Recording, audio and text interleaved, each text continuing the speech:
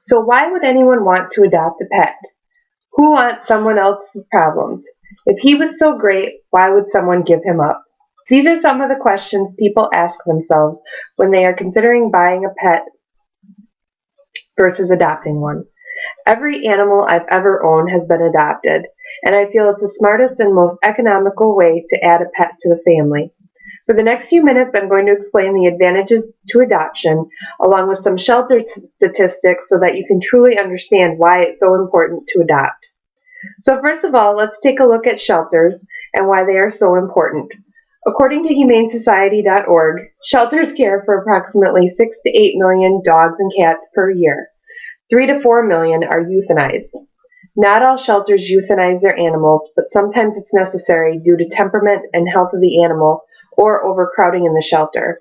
The Chippewa County Humane Society is considered a no-kill shelter. This does not mean, however, that they do not euthanize. In instances where the health and temperament of the animal is in question, they do have to euthanize. Otherwise, they take every step to make sure any adoptable animal is well taken care of until they find their forever home. There is also no set time limit for how long a pet can stay at the shelter, although every county is different. Another option we are so lucky to have around here is Bob's House for Dogs. Located in Eau Claire, this is a nonprofit facility that fosters and adopts dogs. They sometimes help the Humane Society when there is overcrowding at their facilities. This is a great organization, and each and every animal that walks through the door is taken care of like they're a family member. If you can't find an animal at the shelter, look at Bob's House. So really, why should we adopt? There are so many reasons why. My reason is right here.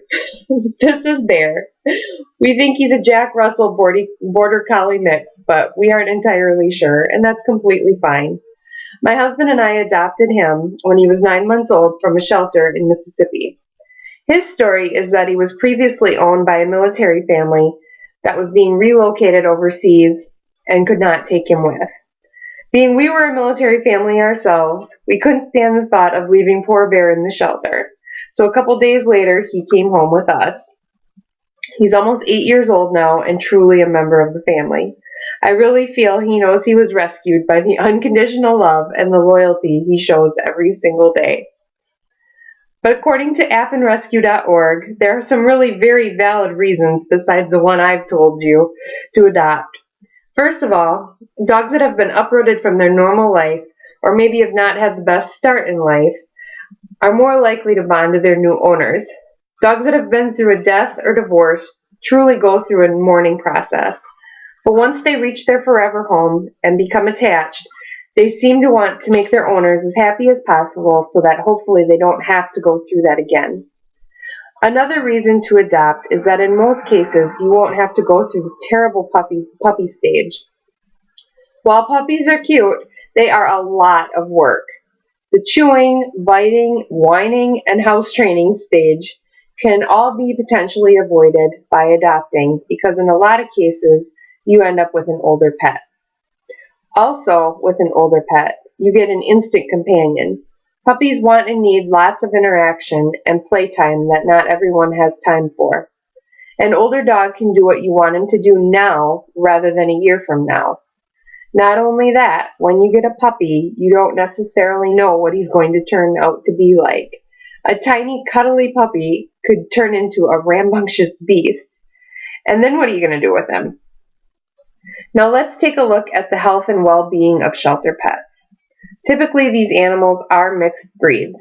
According to PeninsulaHumaneSociety.org, 25% of animals found in a shelter are purebred and most likely not the purebred you are looking for. According to my audience analysis, over half of students felt purebreds were healthier. I feel this is simply not true. According to a 1994 Time magazine article found on the same website, an experiment found 25% of 20 million purebreds are affected with some genetic disorder. But it also found that when you mix two or more gene pools, the recessive genes that carry the health problems are buried and less likely to resurface. So in my opinion, why wouldn't you get a mixed breed?